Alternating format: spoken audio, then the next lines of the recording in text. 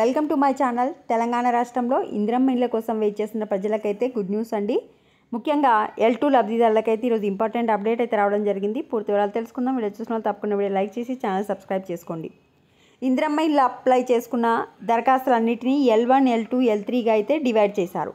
L2 లబ్ధిదారులు అంటే ఇల్లు జాగలేని లబ్ధిదారులకు కేసీఆర్ గారు నిర్మించి పెట్టిన డబల్ బెడ్రూమ్ ఇల్లులు ఇస్తామని అయితే గవర్నమెంట్ ప్రకటించింది.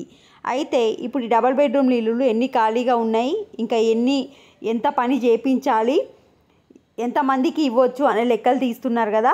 ఆ లెక్కల్లోనే భాగంగా ఈరోజు మనకు జగిత్యాల డిస్టిక్ గురించి అయితే అప్డేట్ రావడం జరిగింది.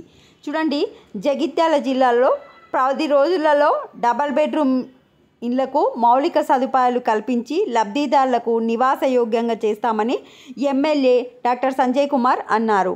అంటే మౌలిక సదుపాయాలు అంటే ఏంది, అక్కడ ఉండాలంటే ఫస్ట్ మనకు కరెంట్ ఉండాలి, డ్రైనేజ్ ఉండాలి, ట్రాన్స్ఫార్మ్ ఉండాలి, సెప్టిక్ ట్యాంక్ ఉండాలి. ఇవన్నీ మొత్తం దాదాపు 32 కోట్ల నిధులతో వీటన్నిటికీ ఏర్పాటు చేసి 10 రోజులలో కంప్లీట్ చేసి ప్రజలు ఉండేటట్లు ఏర్పాటు చేస్తామని అయితే చెప్పడం జరిగింది.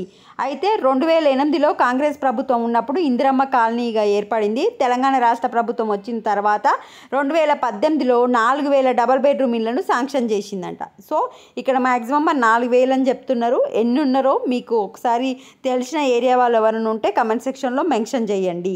సో 10 రోజులలో అయితే జగిత్యాల జిల్లాలో డబల్ బెడ్రూమ్ ఇళ్లకు మౌలిక సదుపాయాలు కల్పించి నివాసం ఉండడానికి యోగ్యతగా మారుస్తామని చెప్పి ఎమ్మెల్యే గారు అయితే చెప్పడం జరుగుతుంది. ఇది అప్డేట్. సో జగిత్యాల జిల్లానే కాకుండా రాష్ట్రంలో ఎక్కడ డబల్ బెడ్రూమ్ ఇల్లులు ఉన్నా వాటన్నిటినీ కంప్లీట్ చేస్తుంది L2 లబ్ధిదారులకు ఇవ్వడానికి. వీడియోని లైక్ చేయండి. చాలామంది లైక్ చేయట్లేదు, లైక్ చేయండి, సబ్స్క్రైబ్ చేసుకోండి. Thanks for watching.